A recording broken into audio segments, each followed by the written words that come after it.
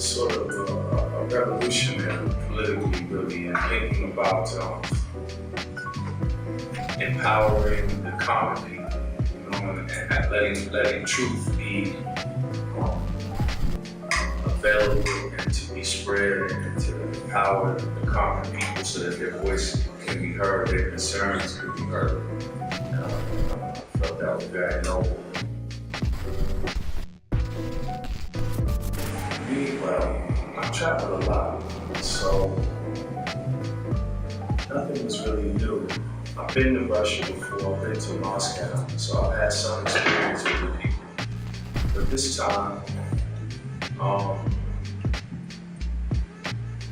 don't know. I seen an old city. I drove through and I saw some old buildings and also some new modern buildings. I've never been this deep, this far into Russia. So it's very interesting, and I spend most of my time here in this complex, and it's very interesting. The architecture, the building, and the pride and the dedication that was put into the construction of it, and keeping the historical context alive. It's very interesting to me. Well, at that time, I tend to think of things before the internet and after the internet. Those times before the internet, me and the other two people in the group lived in New York, Philadelphia, DC.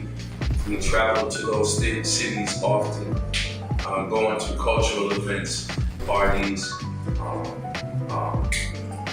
college orientations, college festivals, concerts. So we would see each other very often, and then we sort of gravitated towards each other and became friends. And hip hop was the prevailing art form, music form at the time. We all loved it, we all wanted to participate in it, and we started to make music together. And that progressed into having a demonstration music that we took to the labels. And after about 3 years, finally one label said that they wanted to partnership with us to make music. And we started to make the music in 1992. I wouldn't say difficulties, but you know, hip hop was young then as a genre, as a cultural phenomenon. So it was starting to discover what it was going to be.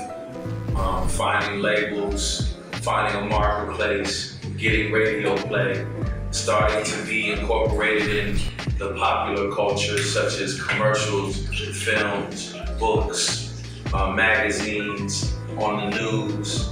A lot of criminal activity was being blamed on hip hop, so it was some growing pains that hip hop had to go through, but as with all cultural phenomena, it was to be expected. It's a cycle. You give, but you also receive. What you receive influences what you give, and it goes this way in a cycle, like a circle. I'm not sure if I had any influence on the culture, but I know that the culture had influence on me, making me create within the context of the culture. So it was what we call reciprocity. One thing goes out, something comes in. So it's like a cycle. This is a good question.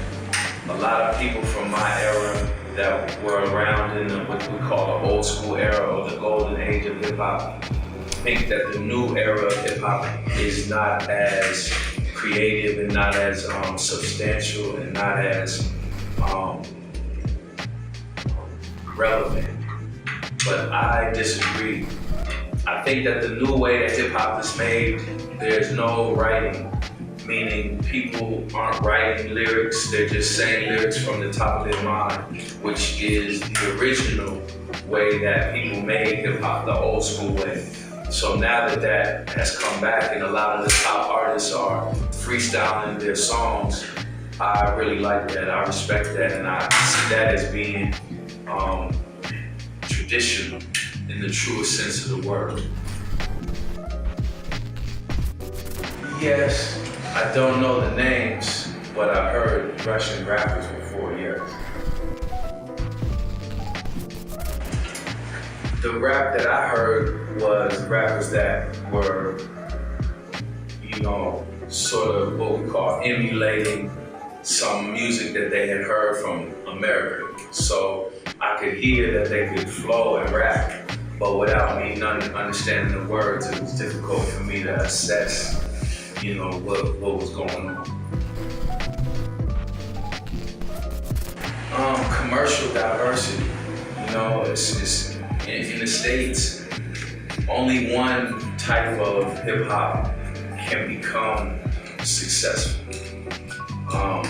And also something that is underground, once it gets commercialized, it starts to drain the essence out of it, leaving it empty and kind of styleless.